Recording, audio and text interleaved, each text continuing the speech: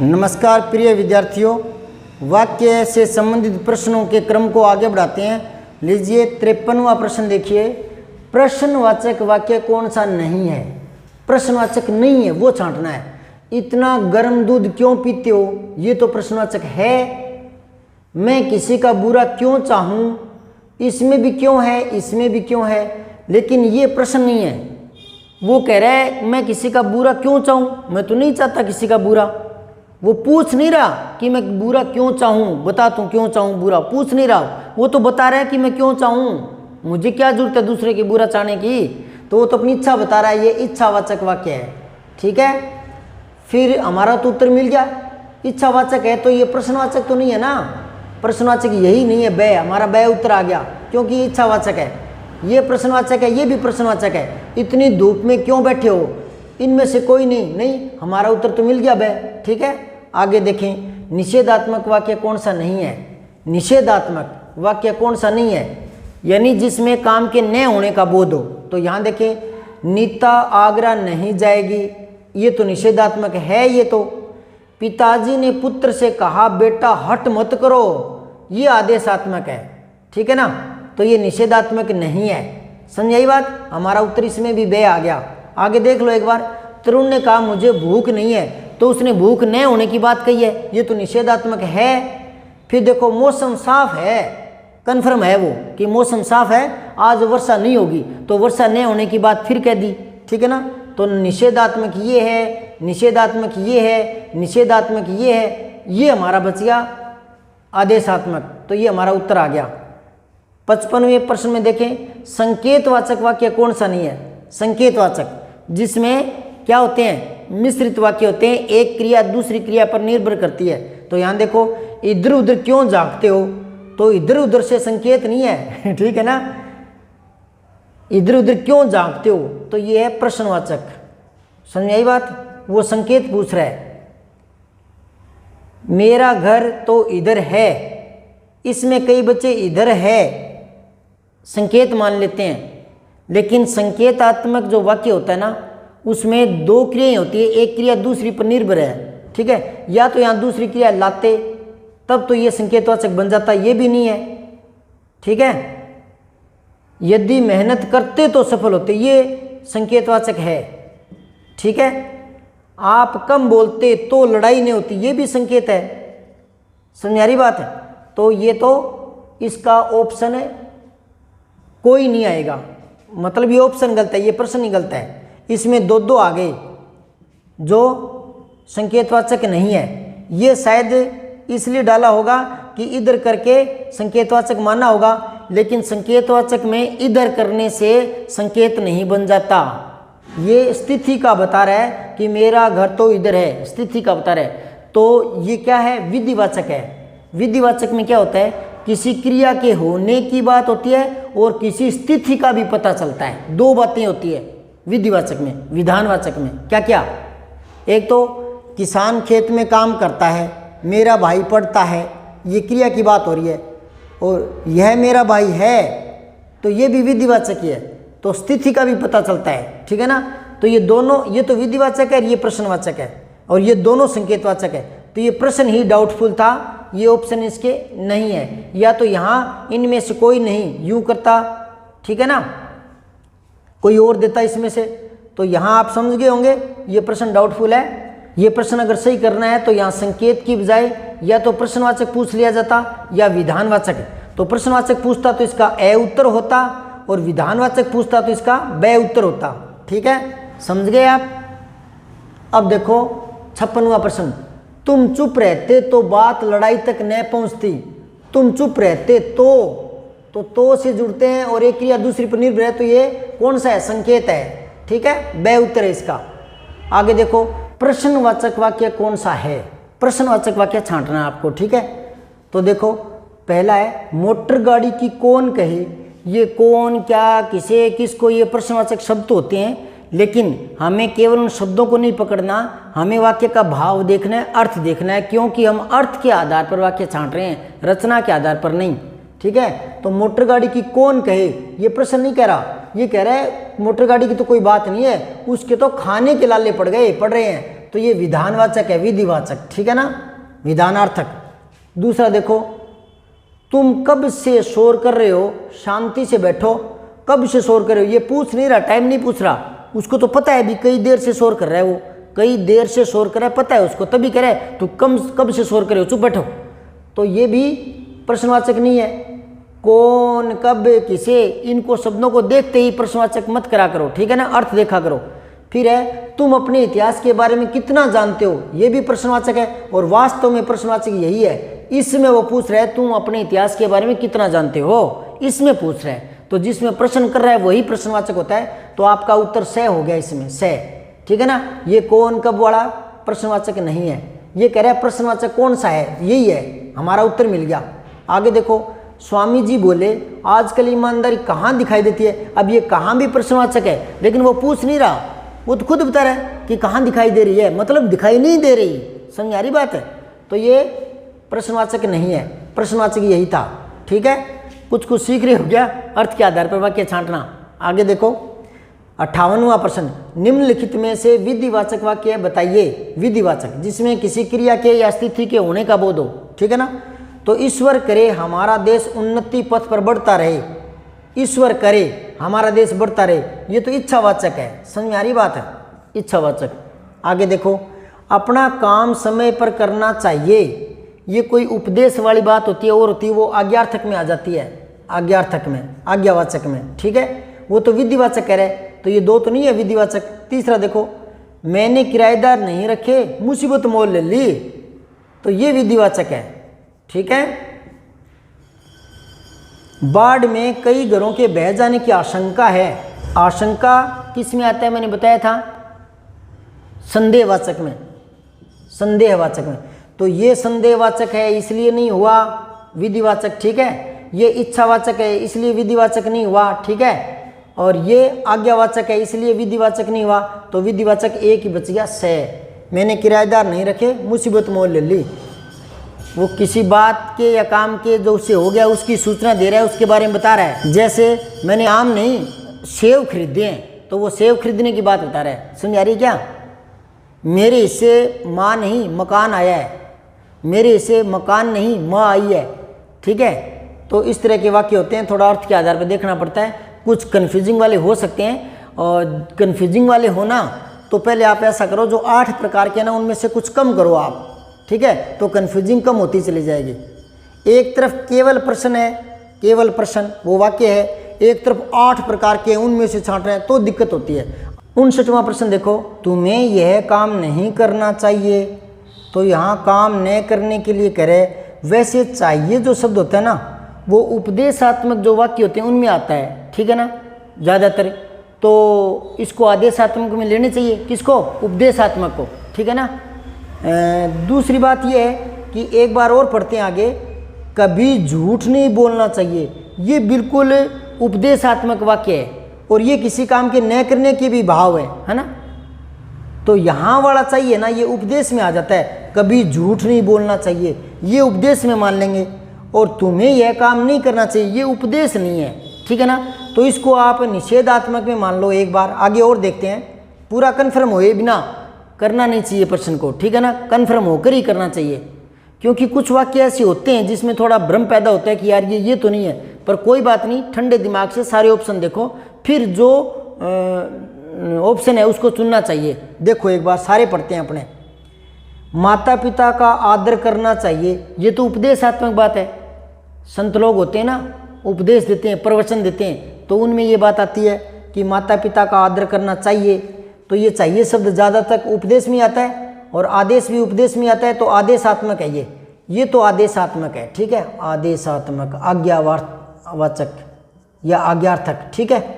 दूसरा है 2 दिन की छुट्टी देने की कृपा करें, तो निवेदन होता है ना, निवेदन, वो भी मैंने बताया था, निवेदन किस में आता है, प्रार्थना, अनुनय, विनय, वो भी आज्ञार्थक में आता है, तो ये भी आज्ञार्थक हो गया, 2 आज्ञार्थक हो गए साफ साफ। अब इन दोनों में से छांटना है, तो देखो कभी झूठ नहीं बोलना चाहिए, ये उपदेश ज़्यादा लग रहा है, या ये तुम्हें यह काम नहीं करना चाहिए, तो वो काम न करने की बात कर रहा है ना, तो इसमें उपदेश कम नज़र आ रहा है, और छांटना ही नहीं चार में से है, और कोई ऑप्शन नहीं है, उपयुक्त सभी इनमें से कोई नहीं, और कोई ऑप्शन ही नहीं है, छांटना ही नहीं में से है। ये दो तो कन्फर्म हो गए, 2 दिन की छुट्टी देने की कृपा करें, ये अनुनय विनय या निवेदन की बात होती है, वो आदेशात्मक में आती है, ये तो आदेश पक्का ही हो गया। फिर माता पिता का आदर करना चाहिए, ये भी उपदेश वाली बात है, प्रवचन वाली बात है, तो ये भी आज्ञावाचक में हो गया।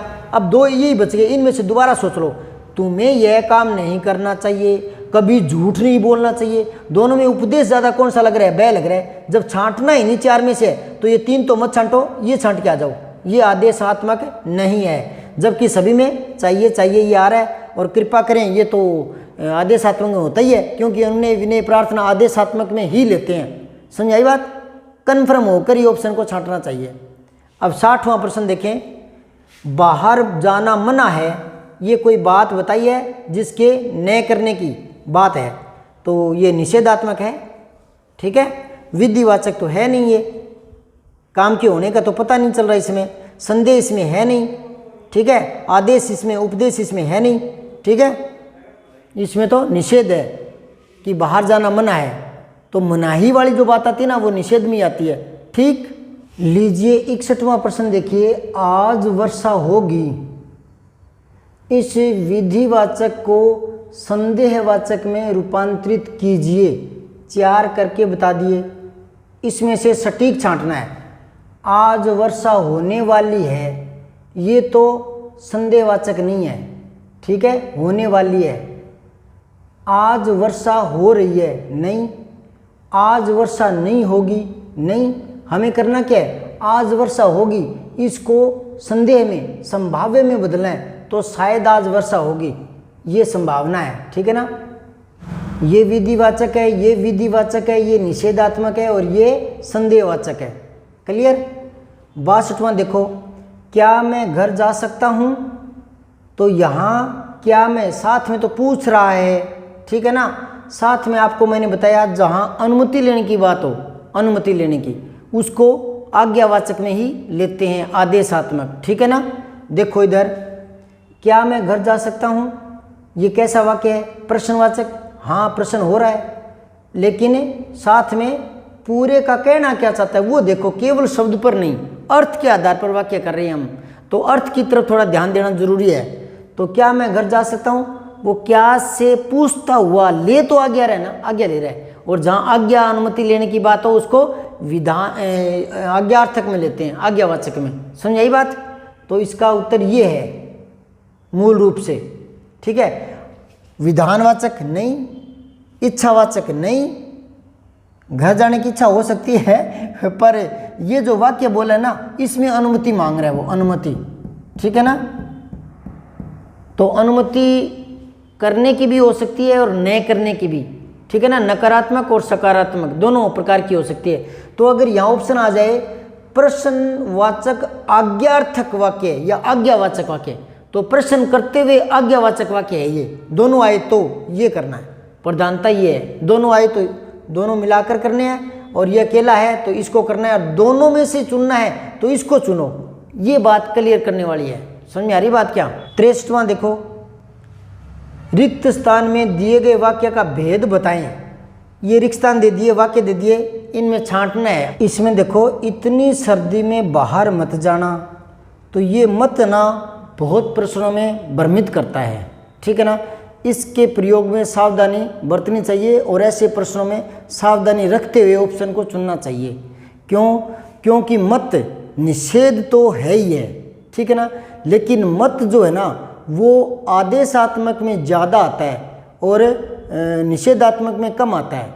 बहुत कम क्रियाएं होती है जिनको वो न करने की बात करता है, तो वहाँ न नहीं ये शब्द ज़्यादा प्रचलित होते हैं। पर कुछ किताबों में न, नहीं और मत 3 बता रखे होते हैं, है ना। लेकिन अब मैं ये भी नहीं कह सकता कि मत नहीं आता, निषेध में आ जाता है ना। वो एक गीत है ना, मत पूछ मेरे महबूब सनम, तो मत पूछ मेरे महबूब, तो मत जो शब्द है वो वहाँ आदेश नहीं है, निषेध के अर्थ में है, तो आ जाता है। मैं ये नहीं कहता कि मत नहीं आता, ठीक है ना, आ जाता है। लेकिन मत को निषेध और उसमें दोनों मिलेंगे तो भ्रम बना रहेगा, है ना। तो या तो मत को सारों को ही आदेश में ले लें अगर, तो फिर समस्या हल हो जाती है। पर सारे आदेश में ले नहीं सकते, इक्के दुक्के निषेध में भी आते हैं, है ना। तो वहाँ थोड़ा सा तय कर लेना चाहिए कि इसको मैं किस में लूँ। तो एक तो तरीका ये है कि उसकी आगे वाली क्रिया जो है ना, वो उसका रूप देख लो कि वो सामान्य वे में कह रहा है या आदेशात्मक वे में कह रहा है कि मत खेलो, खेलो मत जाओ, है ना, शरारत मत करो, पौधे मत तोड़ो, तो ये तो वहाँ मत बैठो, तो बैठो, जाओ, खाओ, मत पियो, है ना। तो ये जो है वो आदेशात्मक भाषा है। तो यहाँ जाना को एक बार मैं निषेध में ही लूँगा, अगर ये ना मत जाओ तो आदेशात्मक हो जाएगा, ठीक है ना। तो इतनी सर्दी में बाहर मत जाना, तो ये नए कोई काम नए करने की बात कर रहा है, तो इसको निषेध में ले लेंगे, ठीक है ना, निषेध में। अगर इसके साथ और वाक्य भी हों और नीचे कोई साफ स्पष्ट प्रश्नवाचक हो या संकेतवाचक हो या विधानवाचक हो, तो फिर उन दो के साथ इसको भी किस में मान लेना चाहिए, आज्ञार्थक में या आज्ञावाचक में मान लेना चाहिए। वो ऑप्शन देख करके थोड़ा तय कर लिया करें। क्यों? क्योंकि बोलचाल की भाषा में तो हाव भाव से पता चल जाता है कि किस वे में कह रहे हैं वो, है ना। लिखित जो शब्दावली होती है ना, उसमें थोड़ा चेहरे के हाव भाव से जो भाव व्यक्त हुआ करते हैं उनकी थोड़ी कमी महसूस होती है। क्योंकि मौखिक भाषा में तो हम सेम शब्दों में ही दूसरे भाव निकाल सकते हैं, सेम शब्दों में निकाल के दिखाऊं, देखो इसे उठाकर दिखाओ। तो अब मैं पूछ रहा हूं कि तू उठा सकता है कि नहीं, उठाकर दिखा, इसे उठाकर दिखाओ, इसे उठाकर दिखाओ। इसी को मैं दोबारा बोलूँगा, इसे उठाकर दिखाओ, हिम्मत है तो एक पड़ेगी थप्पड़ की, उठा के दिखाओ, है ना। तो वो बोलचाल में ऐसे आ जाता है, भाव से पता लग जाता है कि इस वाक्य में किस प्रकार का अर्थ दिखा रहा है, ठीक है ना। लेकिन लिखित भाषा में थोड़ी सी मत के संबंध में भ्रांतियाँ बनी रहती है। तो जहाँ काम न करने का भाव ज़्यादा झलक रहा हो उसको पकड़ो, और दूसरा जो ना क्रिया का रूप देख लिया करो, मत खाओ, मत तोड़ो, मत भागो, इस तरह से ओ, है ना, आदेशात्मक जो भाषा होती है ना, उस वाले शब्द देख लिया करो, ठीक है। आगे देखो, धूप में न निकलो, तो धूप में न निकलो ये न निषेधात्मक में होता है, निषेधात्मक में। अब न जचा तो नहीं ना यहाँ पर, धूप में न निकलो, यहाँ होता है धूप में मत निकलो, ठीक है ना। न की जगह मत सही बैठेगा। अब मत लगाते ही किसकी बू आएगी, आदेशात्मक की आएगी, है ना।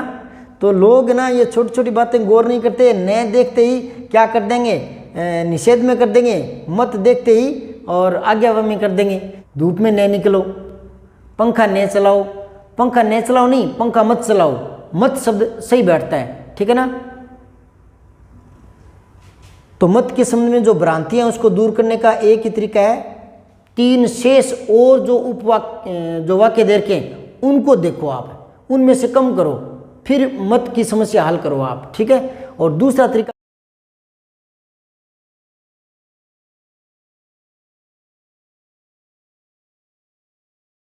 मैंने बताया कि थोड़ा ये देखो कि काम के न करने की बात है या आदेश देते हुए न करने की बात है, ये थोड़ा देखना पड़ता है, ठीक है।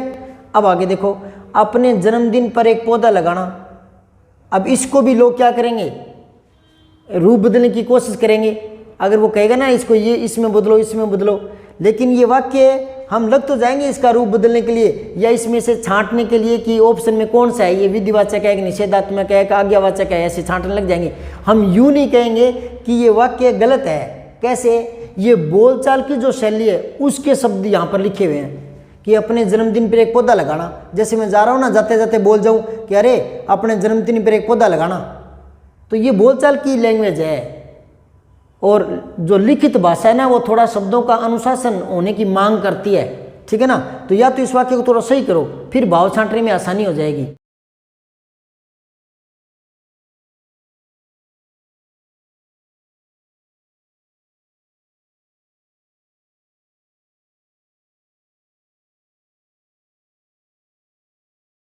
अपने जन्मदिन पर एक पौधा लगाना चाहिए, तो इस तरह की बात करते हैं, फिर आदेशात्मक में इसको ले लेना चाहिए। तो ये शब्दावली बोलचाल की है, लेकिन हम क्या है इन चीज़ों पर गौर नहीं करते और सीधा ही उसके ऑप्शन में छांटने पर जोर करने देते। हमारी हिम्मत नहीं होती कि हम उस वाक्य को गलत करें या गलत कहें या साबित करने की प्रयास करें। हम तो लठ लेकर लग जाते हैं उसको छांटने के लिए या उसको दूसरा रूप सिद्ध करने के लिए लग जाते हैं। इसी को मैं एक वाक्य में यहाँ समझा रहा हूँ। ये देखो, रामू परीक्षा में पास हुआ और श्यामू भी, क्योंकि दोनों ने ही खूब तैयारी की थी। एक बार इस वाक्य को दोबारा समझो आराम से। रामू परीक्षा में पास हुआ और श्यामू भी, क्योंकि दोनों ने ही खूब तैयारी की थी। अब यहाँ देखे ना तो इतना सा उपवाक्य बना करके क्योंकि से जोड़ते हुए ये उपवाक्य और लिख दिया कि दोनों ने ही खूब तैयारी की थी। ये दोनों पास हुए क्योंकि कारण बता दिया कि खूब तैयारी की थी। तो ये क्या लगना चाहिए, मिश्रित लगना चाहिए, क्योंकि से जुड़ रहा है। लेकिन यहाँ और जो है ना वो भ्रमित करता है, क्योंकि और जब आ जाता है तो फिर वो किस में आता है, संयुक्त में। अब मैं आपको बताऊं संयुक्त में क्योंकि भी आ सकता है। क्यों? क्योंकि संयुक्त में दो सरल भी मिल सकते हैं, संयुक्त में एक सरल एक मिश्रित भी मिल सकता है, संयुक्त में दो मिश्रित भी मिल सकते हैं। ये है संयुक्त की निशानी। तो हम संयुक्त करेंगे। अब संयुक्त करेंगे तो आप वाक्य में जो कहना चाह रहे हैं वो देखो क्या हो रहा है कि रामू परीक्षा में पास हुआ, इतना उपवाक्य मानना चाहिए। रामू परीक्षा में पास हुआ, फिर और से ये जुड़ना चाहिए कौन सा, श्यामू भी, क्योंकि दोनों खूब तैयारी करते थे। श्यामू भी क्योंकि दोनों खूब तैयारी करते थे। तो हम है ना इस चीज को क्लियर नहीं कर पा रहे, या तो छांटने का ही प्रयास करें। हम यूं नहीं कह पा रहे कि ये वाक्य गलत है। गलत कैसे है, देखो इधर और से अगर जोड़ना है तो या तो दो सरल जोड़ दो, या एक सरल एक मिश्रित जोड़ दो, ठीक है, या फिर दोनों मिश्रित जोड़ दो। यहां कैसे जोड़ोगे आप, रामू परीक्षा में पास हुआ और श्यामू भी पास हुआ क्योंकि दोनों ने तैयारी की थी। श्यामू भी पास हुआ, लेकिन ये भाव तो यहां पूरा कर रहा है ना, रामू परीक्षा में पास हुआ और श्यामू भी।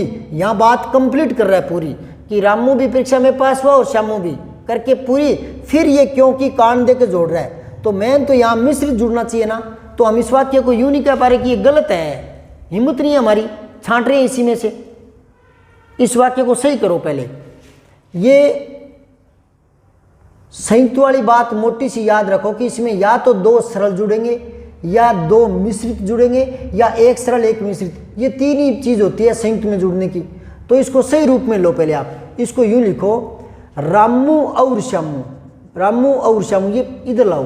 रामू और श्यामू परीक्षा में पास हुए क्योंकि खूब तैयारी की थी दोनों, क्योंकि दोनों ने खूब तैयारी की थी। तो इन दो शब्दों को जोड़ो।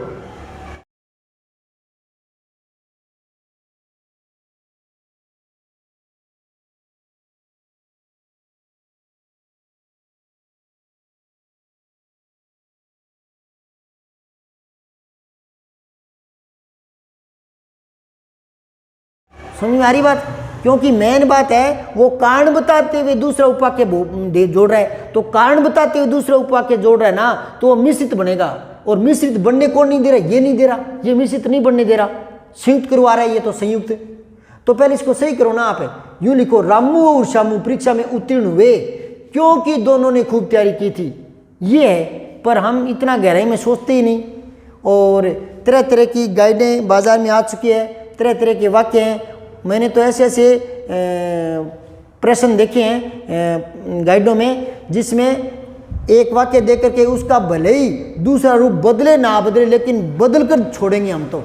उसी को निषेधात्मक में बदल देंगे, उसी को संकेत में बदल देंगे, भले ही उसका अर्थ अनर्थ हो, कुछ भी हो, हम तो बदलेंगे। तो हर वाक्य थोड़ी बदला जाता है। ये वाली बात मैंने कल वाले वीडियो में बताई थी, याद आया क्या? तो ये बात क्लियर हुई क्या? अपने जन्मदिन पर एक पौधा लगाना चाहिए। हर व्यक्ति को अपने जन्मदिन पर एक पौधा लगाना चाहिए। तो ये जो वाक्य ये सही है, इसको आप आदेशात्मक में बदल सकते हो, आज्ञावाचक में, ठीक है। या अपने जन्मदिन पर एक पौधा लगाओ, फिर भी आदेशात्मक है। समझ आई क्या बात है? ये तो बोलचाल का शब्द आ गया ना, ठीक है। तो यहां थोड़ा क्रिया को सही करके इसको किस में लेंगे, आदेशात्मक, ठीक।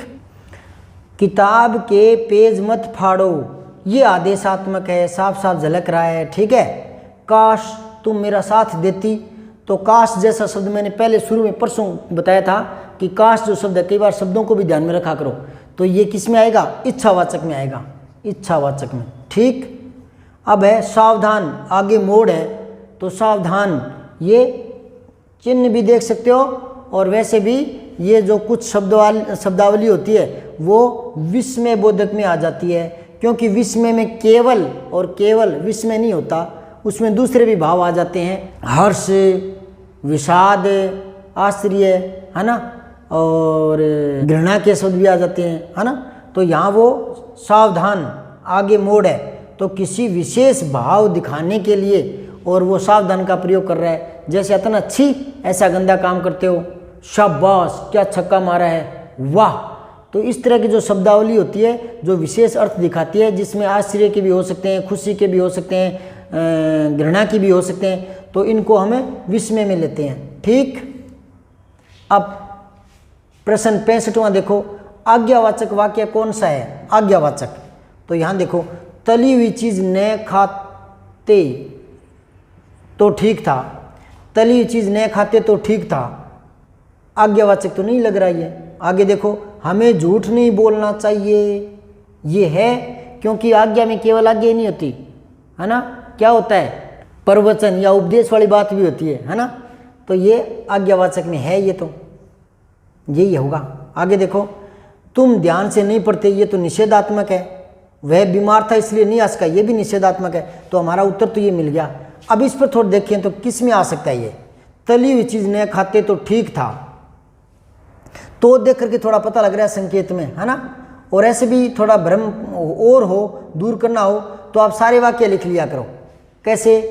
विधिवाचक, निषेधात्मक, आज्ञावाचक, प्रश्नवाचक, संकेतवाचक, संदेहवाचक, विस्मयबोधक, इच्छावाचक।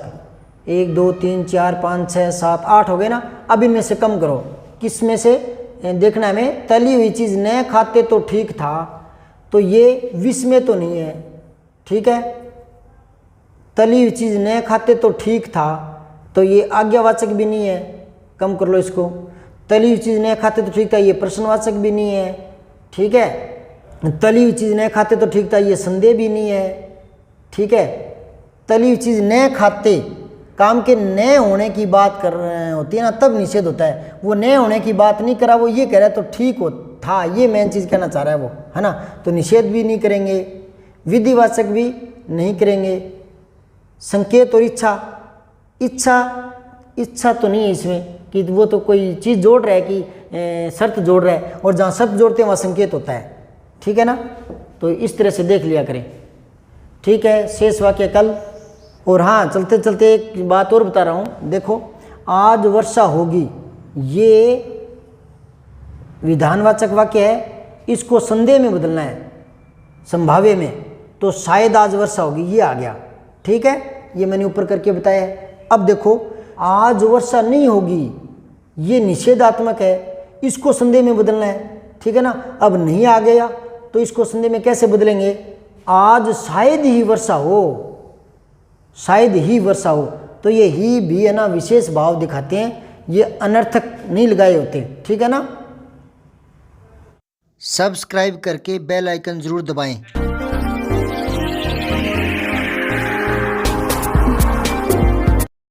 जय हिंद, विजय हिंदी।